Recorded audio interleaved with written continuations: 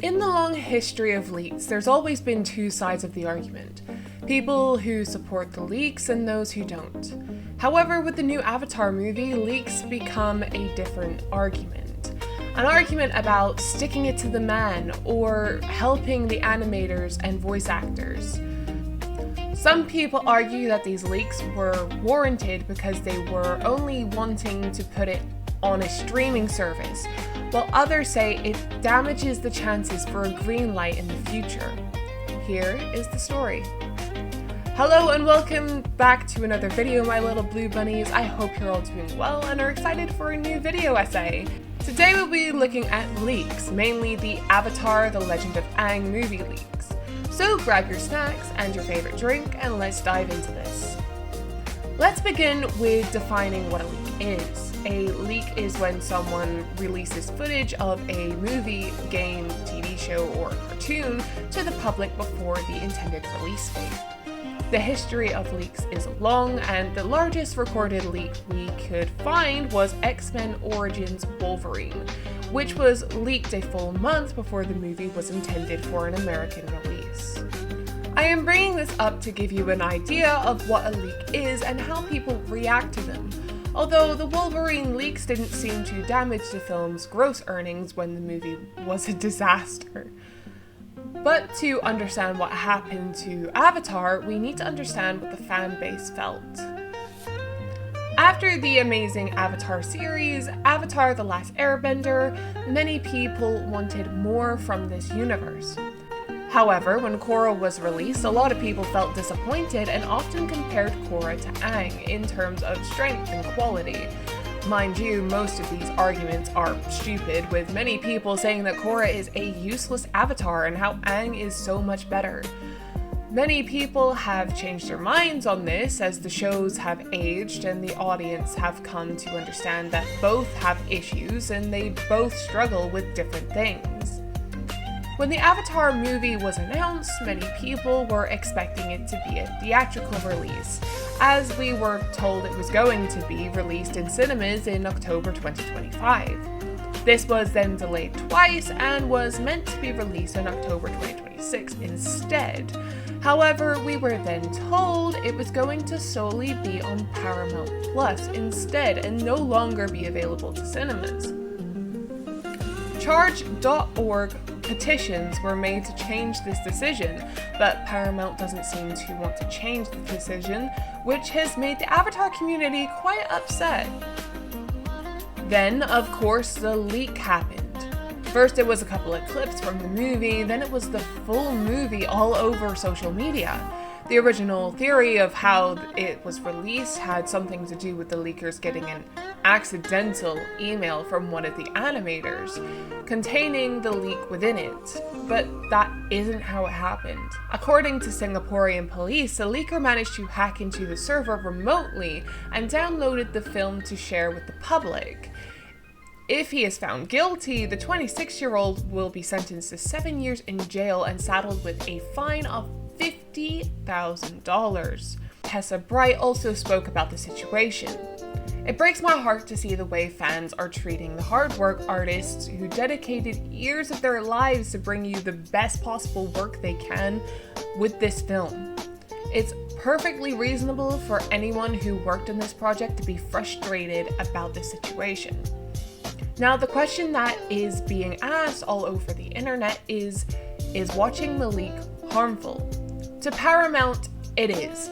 The movie was intended to be watched through cinemas, however, because of corporate greed, it has now been sent to streaming only, which cuts off a large majority of people who are willing to watch the movie. However, watching the leak can still diminish the amount of people who intend to watch it and give money to people who work on the movie. The general rule of thumb with game piracy is that you pirate the game if you can't afford it until you are able to pay for it. However, it seems that this rule doesn't apply to movies and TV shows, which is a shame. To go back to the earlier example with Xmen Origins Wolverine, which grossed over $37,000 worldwide, mind you, it had leaked a month earlier than the release date. The Avatar movie leaked 6 months earlier, and the animators are pleading with people to not watch the movie until its official release on Paramount+. This leak can hinder any chance of a green light for more stories with the original gang. Please forgive me if I say that wrong. But the problem is some people don't want to support Paramount Plus or any streaming service in general due to their parasitic pricing, consistently removing content and making the only way to view them be through piracy. We're looking at you, Infinity Train. It seems like no one can win. If the film was released in cinemas, then everyone would have a chance to watch it rather than people paying for another streaming site that they will never use again. Julia Skull, sorry if I pronounced that wrong also, said, "We worked on the Aang movie for years with the expectation that we'd get to celebrate all our hard work in theaters. Just to see people unceremoniously leak the film and pass our shots around on Twitter like candy. I don't like seeing people use Paramount's awful decision to remove the movie from theaters to justify leaking it. I totally understand folks not wanting to pay or support Paramount Plus, but pirating the movie after its release would have been better than this. This is incredibly disrespectful to all of the hard work the artist put in." The Legend of Aang didn't receive any trailers, will only be released onto Paramount Plus, and has now suffered a massive leak that damages Paramount, harms the chance for a green light for more projects with the gang, and disrespects those who worked on the movie, and the only people that can be blamed are the leakers and Paramount for their shady decisions. This brings us to a bigger issue of streaming services that profit from getting rid of films and shows because they are losing money from their streaming sites. To explain this tangent, Coyote vs. Acme is a film that was released in 2026, but only because of fan outrage. It originally was shelved and written off as a tax write-off, never intended to be shown to the public. Another case is Infinity Train, as it got 4 seasons with the intention of 8. However, because of Warner Bros. And their merger with Discovery, they believed the show didn't have any entry point for children, mainly for their darker themes and adult appeal. Since its cancellation, there is no way to buy or stream the show unless you buy secondhand copies of the DVDs, which only apply to the first 2 seasons, while the last 2 were only on streaming sites. The only way to watch the final 2 seasons is through piracy. Streaming has been bleeding money too, with Disney losing nearly $1.5 billion from their streaming services because they were trying to put out premium shows and movies. That costs billions of dollars, plus marketing costs, which leads to those streaming sites cannibalizing traditional TV and movie businesses. It's a cycle. Make a streaming service, make shows and movies, release that no one wants to watch from these shows and movies on the sites, and hike up the price with the hopes that no one will cancel. It is a non-stop cycle until the companies lose too much money or they gain too many subscribers.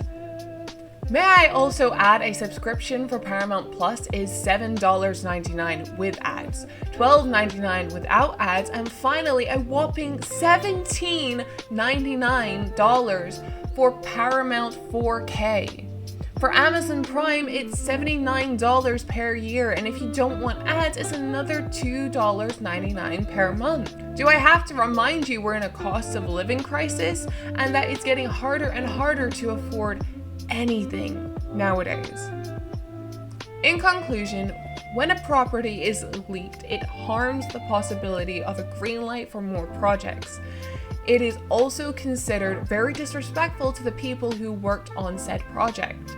Leaking any sort of media is extremely harmful to the company that distributes the movie or show. this will do more harm to Paramount than it will to anyone else.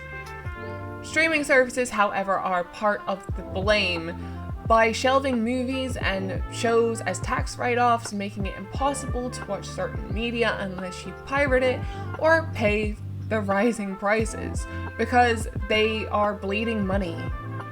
This isn't exactly a win-win scenario, and it is more likely that this will keep happening until either streaming services are dead or we lose more media properties that we care about.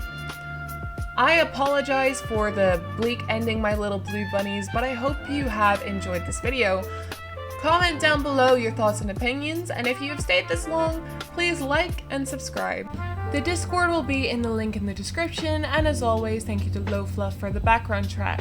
This video was also written by HauntedFox, the official scriptwriter for the channel, so please show some appreciation in the comment section. Bye bye!